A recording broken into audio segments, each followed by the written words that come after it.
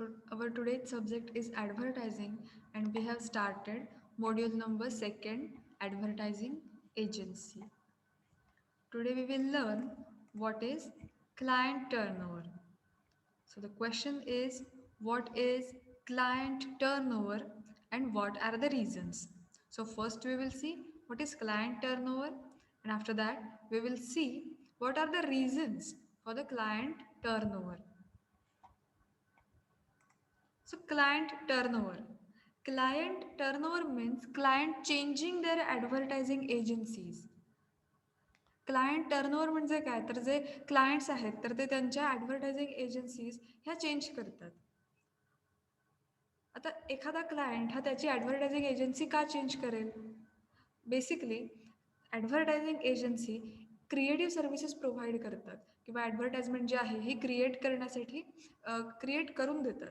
मग जर एखादी ॲडव्हर्टायझिंग एजन्सी तेवढी कन्व्हिन्सेबल ॲडव्हर्टाइजमेंट बनवत नसेल किंवा त्यांच्यात जर काही डिस्प्यूट्स असतील क्लायंटमध्ये आणि त्या एजन्सीमध्ये, तर अशा वेळेला जे क्लायंट्स आहेत ते त्यांची ॲडव्हर्टायझिंग एजन्सी ही चेंज करतात.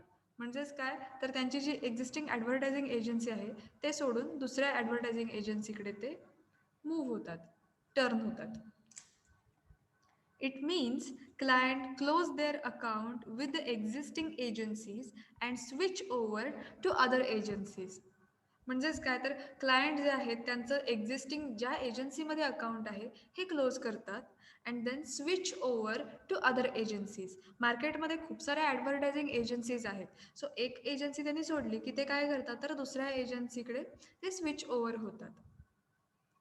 Client turnover has negative effect on agency as it adversely affect its image and also revenue. आता क्लायंट टर्नओव्हरचा जो निगेटिव्ह अफेक्ट आहे किंवा जो ॲडव्हर्स अफेक्ट आहे हा ॲडव्हर्टायझिंग एजन्सीवर होतो. आता हा ॲडव्हर्स इफेक्ट का होत असेल? बेसिकली क्लायंट एखादी ॲड एजन्सी जेव्हा सोडतो तेव्हा त्याचे काहीतरी रिझन्स असतात की तो का एजन्सी सोडतो. सो ह्याचाच अफेक्ट किंवा ह्याचा ॲडव्हर्स अफेक्ट हा त्या ॲड एजन्सीच्या इमेजवर होतो आणि त्याचप्रमाणे रेव्हेन्यूवर सुद्धा ह्याचा बॅडली अफेक्ट होत असतो.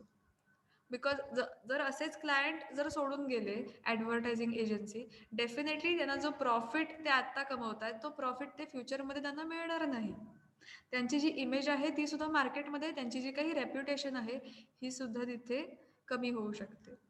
So client turnover has a negative effect on ad agency as it adversely affects the image and also revenue. So client turnover means client changing their advertising agencies. Client त्यांची जी existing advertising agency आहे ती ते सोडून जातात, दुसऱ्या एजन्सीकडे ते टर्न होतात, दुसऱ्या एजन्सीकडे स्विच ओव्हर होतात. Let's see the reasons for client leaving the agency. मग आता रिझन्स कोणते कोणते असतील? कोणत्या रिझनमुळे क्लायंट ॲडव्हर्टायझिंग एजन्सी हे सोडतात किंवा क्लायंटचा टर्नओव्हर होतोय? Poor quality of services. जर एखादी ॲड एजन्सी त्यांच्या ज्या काही सर्व्हिसेस आहेत ह्या जर पुअर क्वालिटी सर्व्हिसेस प्रोव्हाइड करत असेल, तर अशा वेळेला जो क्लायंट आहे त्याचं सॅटिस्फॅक्शन होणार नाही आहे अँड ॲज अ रिझल्ट तो क्लायंट जो आहे तो त्या एजन्सीमधून ती एजन्सी सोडणार आहे किंवा क्लायंट ती एजन्सी लीव करणार आहे. If the client becomes dissatisfied with the quality of advertising services provided by the agency, जर एखादा क्लायंट त्याचं सॅटिस्फॅक्शन जर झालं नसेल त्या ॲडव्हर्टायझिंग एजन्सीने ज्या सर्व्हिसेस प्रोव्हाइड केल्यात त्याने जर तो डिससॅटिस्फाईड असेल, then it may leave the existing agency and look for another agency which provide better services.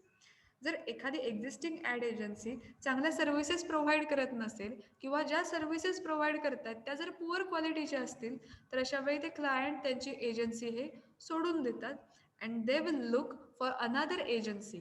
आणि ते मार्केटमध्ये दुसऱ्या ज्या ॲड एजन्सीज आहेत तर त्यांच्याकडे त्यांची लॉयल्टी आहे ती तिकडे शिफ्ट होते. So they look for another agency which provide the better services. मग अशी ॲड एजन्सी ते शोधतात की जी बेटर सर्व्हिसेस प्रोव्हाइड करत असेल.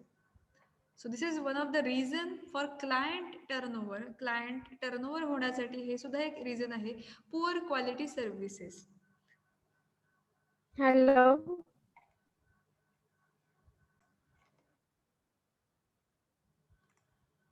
Next reason is lack of coordination and communication. जर त्या एजन्सीमध्ये ॲड एजन्सीमध्ये लॅक ऑफ कोऑर्डिनेशन, जर त्यांच्या सर्व्हिसेसमध्ये सर्व्हिसेस प्रोव्हायडर जे आहेत त्यांच्यामध्ये जर कोऑर्डिनेशन नसेल, जर कम्युनिकेशन नसेल, poor communication and coordination between the client and agency staff fails to develop the trust and confidence in each other. जर क्लायंट आणि ॲड एजन्सीचा जो स्टाफ आहे यामध्ये जर कम्युनिकेशन गॅप असेल किंवा त्यांच्याकडे कोऑर्डिनेशन नसेल, त्या दोघांमध्येही जर एकमेकावर जर ट्रस्ट नसेल, if the staff fails to develop the trust and confidence in each other, जर क्लायंट आणि एजन्सी स्टाफ यांच्यामध्ये जर ट्रस्ट डेव्हलप होत नसेल, एक कॉन्फिडन्स नसेल एकमेकावर, तर अशा वेळेला lack of communication and lack of कोऑर्डिनेशनमुळे क्लायंट्स जे आहेत हे दुसऱ्या एजन्सीकडे ते टर्न होतात. In such case the client may leave the agency. जर त्या क्लायंटचा त्या ॲड एजन्सीवर तेवढासा ट्रस्ट डेव्हलप झाला नसेल किंवा त्या क्लायंटचा त्या ॲड एजन्सीवर त्यांच्या सर्व्हिसेसवरती कॉन्फिडन्स तेवढा नसेल, तर अशा वेळेला जो क्लायंट आहे दे मे लीव द एजन्सी, ते ॲड एजन्सी हे सोडून जातात.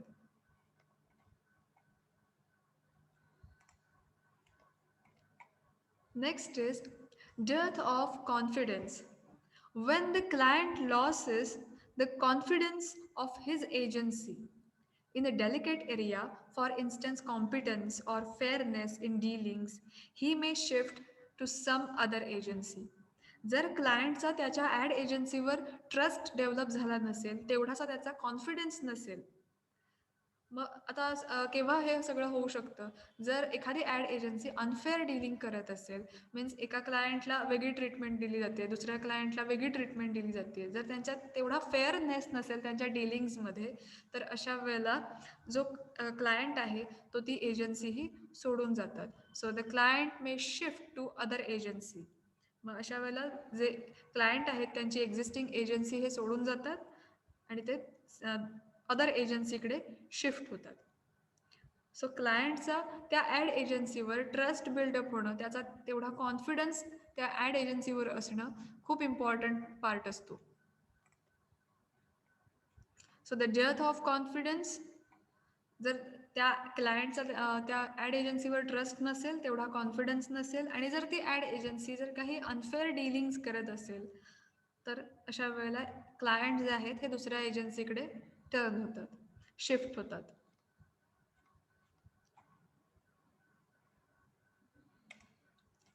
Next is personal conflicts. Sometimes the client and top executive of the ad agency may have conflict regarding any decision of advertising campaign, such as copywriting, copy designing, selection of media, media scheduling, etc. काही वेळेला जे clients आहेत आणि त्या add एजन्सीचे जे top executive persons असतात, तर त्यांच्यामध्ये पर्सनल कॉन्फ्लिक्ट्स होऊन सुद्धा क्लायंट टर्नओव्हर इथे होऊ शकतो. पर्सनल कॉन्फ्लिक्ट्स म्हणजेच त्या टॉप एक्झिक्युटिव्हने घेतलेले जे काही डिसिजन्स आहेत किंवा क्लायंटची जी काही रिक्वायरमेंट आहे, यामध्ये जर काही त्यांच्यामध्ये डिस्प्यूट्स होत असतील किंवा त्यांच्यामध्ये जर मतभेद होत असतील त्या डिसिजनवरून, मग एखाद्या ॲडव्हर्टायझिंग कॅम्पेनची थीम आपण काय तिथे डिसाईड करायची आहे, किंवा कॉपी रायटिंगमध्ये तिथे कॉपी टेक्स्ट काय असला पाहिजे, कॉपी डिझायनिंगमध्ये कोणत्या प्रकारचे डिझाईन्स असले पाहिजेत, सिलेक्शन ऑफ मीडियामध्ये कोणता मीडिया सिलेक्ट केला पाहिजे, मीडिया शेड्युलिंगमध्ये कोणत्या टाईम स्लॉटला ॲडव्हर्टाईज ही टेलिकास्ट केली पाहिजे, ह्या सगळ्या डिसिजन्समध्ये जर डिस्प्यूट्स होत असतील, कॉन्फ्लिक्ट्स होत असतील, जर तो डिसिजन घेताना त्या पर्सनमध्ये, means executive person and the client, या दोघांमध्ये जर कॉन्फ्लिक्ट्स होत असतील, तर ॲज अ रिझल्ट जो क्लायंट आहे तो ती ॲड एजन्सी सोडून जातो. So such conflicts may result in client leaving the agency. जर डिसिजन घेण्यामध्ये कॉन्फ्लिक्ट्स होत असतील, पर्सनल काही कॉन्फ्लिक्ट्स असतील, डिस्प्यूट्स असतील, तर अशा वेळेला तो जो क्लायंट आहे तो ती एक्झिस्टिंग एजन्सी सोडून जातात. दे may shift to other agencies. आणि ते क्लायंट जे आहेत हे दुसऱ्या एजन्सीकडे शिफ्ट होतात.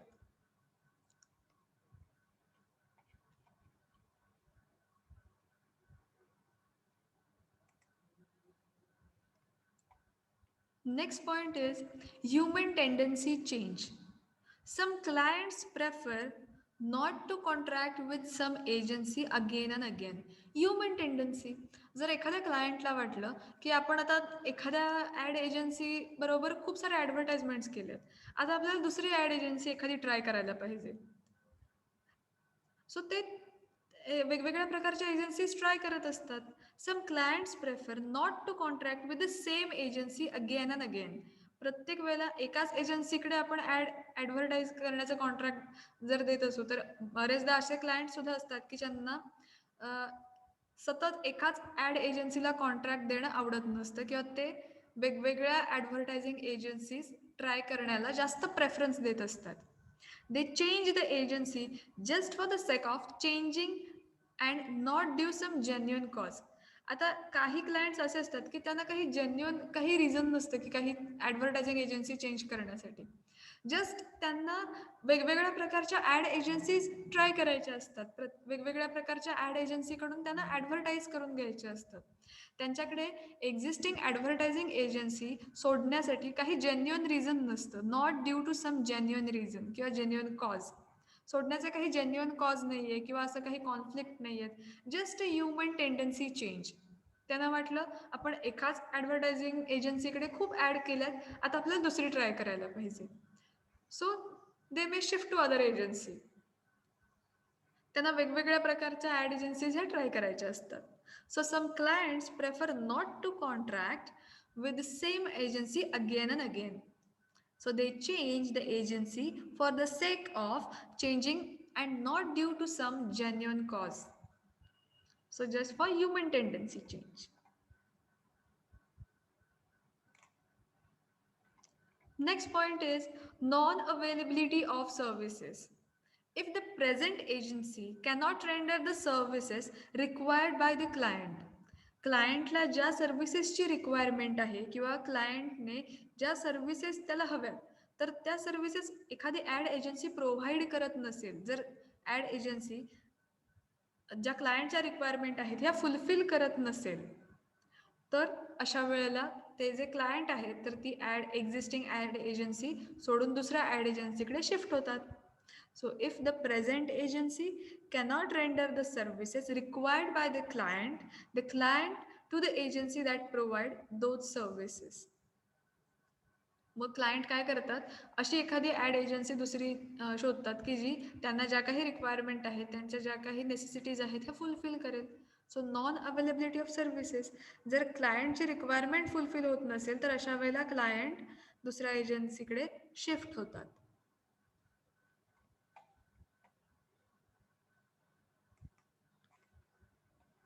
Next is dissatisfaction of creative efforts. See, creativity is the essence of advertising. Creativity is the heart and soul of advertising. आता क्रिएटिव्हिटी सी ॲडव्हर्टायझिंगचा इसेन्स किंवा ॲडव्हर्टायझिंगचा heart and soul म्हटलेलं आहे क्रिएटिव्हिटीला. हे का म्हटलं आहे? बिकॉज ॲडव्हर्टायझिंग जितकी क्रिएटिव्ह असेल तितकीच ती जास्त लोकांपर्यंत पोहोचते किंवा लोकांना कन्व्हिन्सिबल वाटते. One of the important factor of contracting with the with the particular advertising agency is creative services offered by it. आता अशी ॲडव्हर्टायझिंग एजन्सी की जी क्रिएटिव्ह सर्व्हिसेस प्रोव्हाइड करते, अशा ॲडव्हर्टायझिंग एजन्सीकडे जास्तीत जास्त क्लायंट हे अट्रॅक्ट होतात किंवा जास्तीत जास्त क्लायंट हे ती ॲडव्हर्टायझिंग एजन्सी प्रेफर करतात. However, if the client is not satisfied with the creative efforts taken by the agency, he may terminate the contract.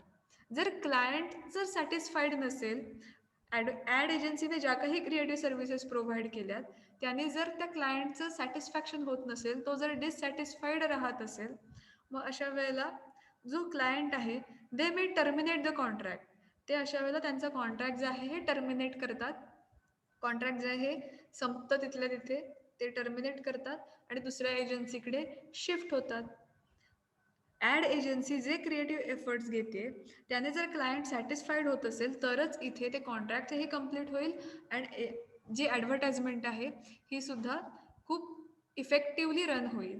But जर क्रिएटिव्ह एफर्ट्स जर त्या क्लायंटला जर सॅटिस्फाय करत नसतील तर अशा वेळेला जे क्लायंट्स आहेत ते एक्झिस्टिंग एजन्सी सोडून जातात आणि दुसऱ्या एजन्सीकडे शिफ्ट होतात.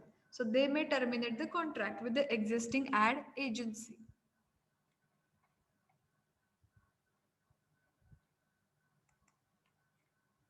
Next is conflicts on payment.